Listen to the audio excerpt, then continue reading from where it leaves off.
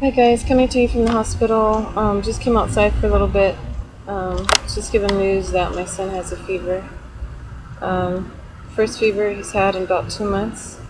He is getting blood product right now, some plasma. So that may account for why that's going on. Um, we're still here, as you can see.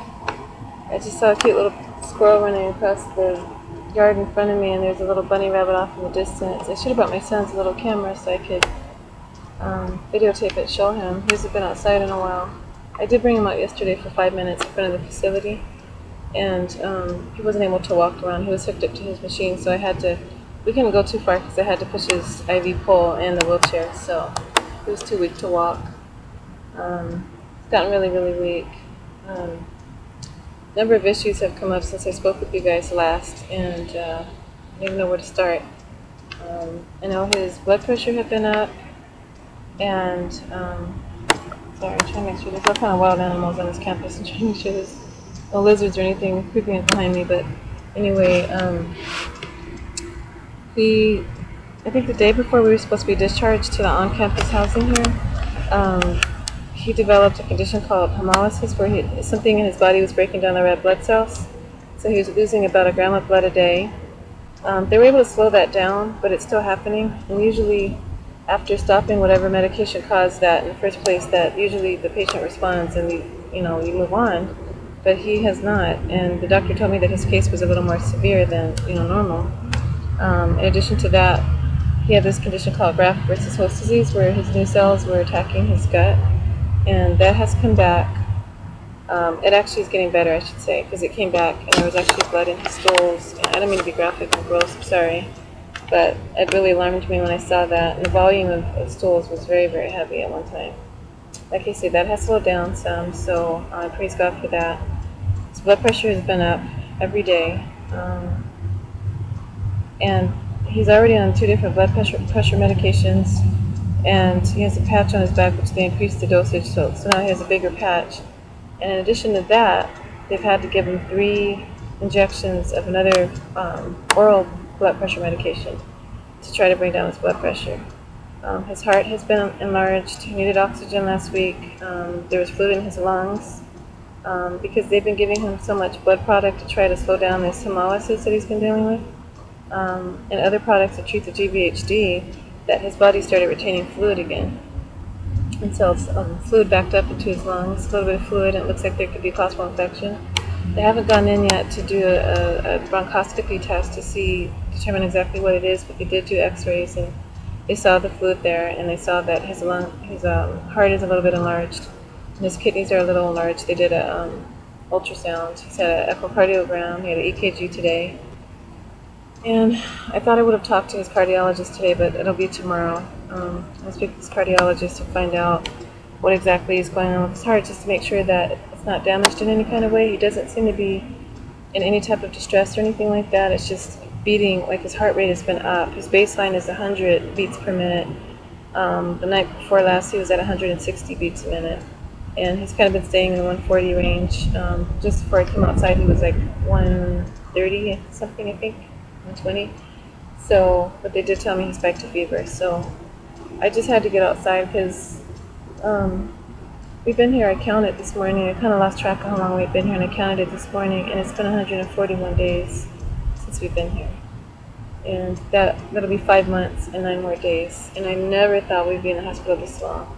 I feel bad because I get to go home and I get to leave, from time to time and see my girls and be at the house for a minute, and he doesn't. He's been here the whole time, and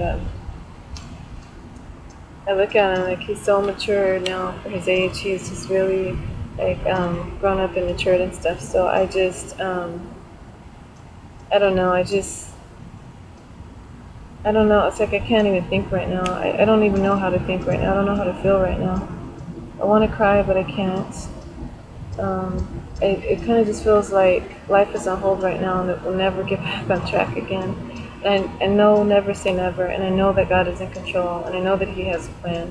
But I'm just telling you guys what I feel right now. That I'm asking for prayer for him, and just prayer for me to continue to keep his strength up, because he gets his strength from the Lord, of course.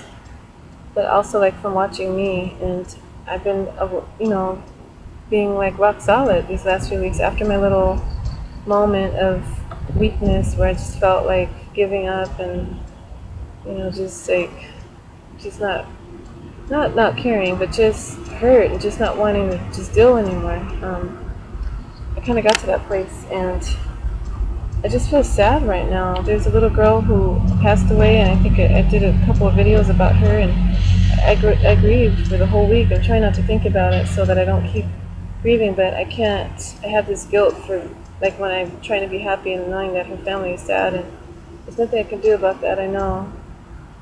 So, we're seeing people in wheelchairs all over the place. There's a man I'm looking at, like, off in the distance right now that's walking with his walker. Another one was just brought in a wheelchair.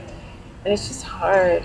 It's just so hard to see people suffering, young and old. I saw a little, she had to be about 3 years old, 2 or 3, little girl walking with her mom and looked like grandma going to the cafeteria earlier. And she had her little mask on. And I'm just like, everywhere I look here, it's just so hard. I want to cry right now, and I just can't. I can't cry. I want to just scream, and I don't even know, like, how we got to this place. It's like, 1 minute your life is normal, and then, something crazy happens and it's thrown off track, and then something else, like the train is sitting halfway off the track, and then something else, another train comes and hits it from behind and derails it completely, and that's kind of how I feel right now, guys. And just asking for you. I'm just asking for your prayer, because it hurts. Like, I was doing so well up until today. Like I say, I have my moments where I've been grieving for the other family, but for my son, and I'm not having a woes me moment, not by any means. I'm just having a moment where, a reality check moment, where it's just like, how did we get here? We're still here. When is this nightmare going to end? And I know it could be a lot worse. I know the people in Moore, Oklahoma are dealing with so much worse. They've lost everything. They lost family. They've lost everything. So I know it could be a lot worse. I'm just speaking from my own pain and my own situation right now. And I hope you guys can just continue to keep us in prayer. And I feel like I'm just ranting. Maybe I am. Maybe I needed to do this. I don't know. But I'm going to go back inside in a few minutes and just be with him. Probably should eat something. I don't feel like eating right now. Just want to cry. I just want to have a really good cleansing cry. But just want to come to you, my brothers and sisters. You've been so helpful in praying for me and leaving your comments. Sorry I can't respond to every comment. I want to, and I will one day. But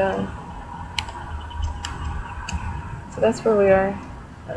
I'm working on my editing. I got a new program.